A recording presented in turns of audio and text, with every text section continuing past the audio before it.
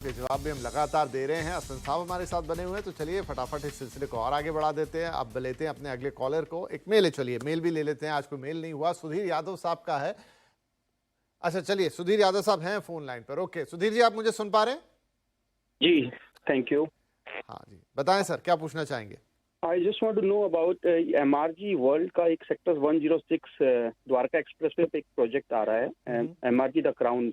Okay, तो इसकी viability and pricing के बारे में मैं जानना चाह रहा था कि 11,950 पर स्क्वायर फीट पर ये जो है आज की डेट में बुकिंग कर रहे हैं। ओके, तो I just want to know कि builder will be, you can say, will be the good one और एमआरजी वर्ल्ड। ओके जरूर। और ये गुरुग्राम का सेक्टर 106 है, राइट? करेक्ट।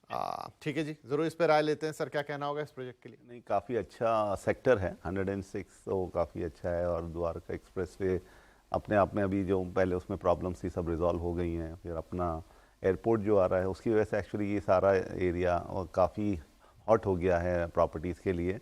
और जिस तरह से कोविड के बाद एनसीआर में ओवरऑल जो आपकी जो एक इन्वेंट्री थी वो डिक्लाइन हुई है, वो सबसे हाईएस्ट है एक्चुअली पैन इंडिया में। तो बहुत सेल्स हुई हैं एक्चुअली एनसीआर में, उसके चलते ही ये प्राइजेस थोड़े हॉट हैं। मैं मानता हूँ कि ये प्राइस 11,500 थोड़ा ऑन द हायर साइड है, लेकिन एमआरजी अपने आप में काफ़ी एक रिनाउंड डेवलपर हैं उस एरिया के, और एक्चुअली वो प्रीमियम चार्ज करते हैं अपने उसमें। करंटली 7-8 प्रोजेक्ट चल रहे हैं उनके पूरे गुरुग्राम में, और एक प्रोमिनेंट डेवलपर माने जाते हैं, टाइमली पोजीशन वगैरह देते हैं। तो मुझे लगता है आपका प्राइस तो है, लेकिन एक्चुअली एक सेटिस्फैक्शन भी है कि एक अच्छे डेवलपर के साथ आप जा रहे हैं। पोजीशन भी वो आपको 4-3 साल के अंदर भी देखने की बात कर रहे हैं, तो वो भी एक फैक्टर हो सकता है कि ये लॉन्च पहले हुआ हो और जो प्राइजेज़ हैं काफ़ी अच्छा उनको रिस्पॉन्स मिला होगा, तो उसके चलते हुए जो प्राइस है वो फर्म होते चले जाते हैं। तो आप अगर अब ले रहे हैं तो क्योंकि बड़ा प्रोजेक्ट है, छोटा भी नहीं है, और 2026 में दे रहे हैं, तो दैट मीन्स काफ़ी इन्वेंट्री बेच चुके हैं। तो अभी वही इन्वेंट्री उनके, ये मेरे सारे अजम्पशंस हैं कि जिस तरह से ये इकोनॉमिक्स वर्क करता है, तो आई थिंक अब वही इन्वेंट्री उनके पास या तो बची है जो अब वो हायर प्राइस में बेच रहे हैं, और उनको कोई जल्दी नहीं है बेचने की।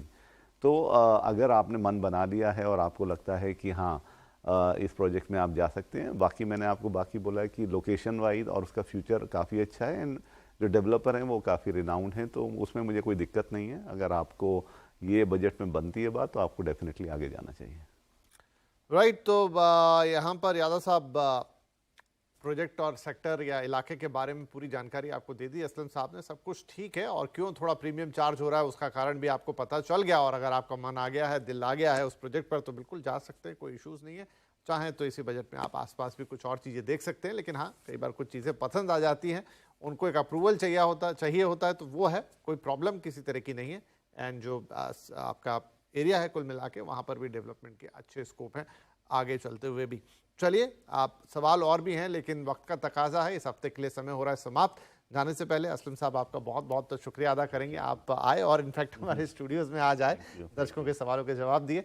बहुत शुक्रिया उसके लिए। और दर्शकों को भी हमेशा की तरह बहुत बहुत धन्यवाद कि आपने इतनी सब्र के साथ हमारा कार्यक्रम देखा। अच्छा लगता है जब आप अपने ईमेल्स, अपने फ़ोन हमें करते हैं, भेजते हैं, अपनी क्वेरीज भेजते हैं, कि उम्मीद के साथ कि एक अच्छा और बेहतरीन जवाब मिलेगा। और हमारी भी कोशिश वही होती है कि हम आपकी रियल एस्टेट से जुड़ी किसी भी क्वेरी का एक अच्छा सुलझा हुआ जवाब दें, ताकि आप एक इन्फॉर्म डिसीजन ले पाएँ। तो इस हफ्ते के लिए इतना ही। पीजीएट मनी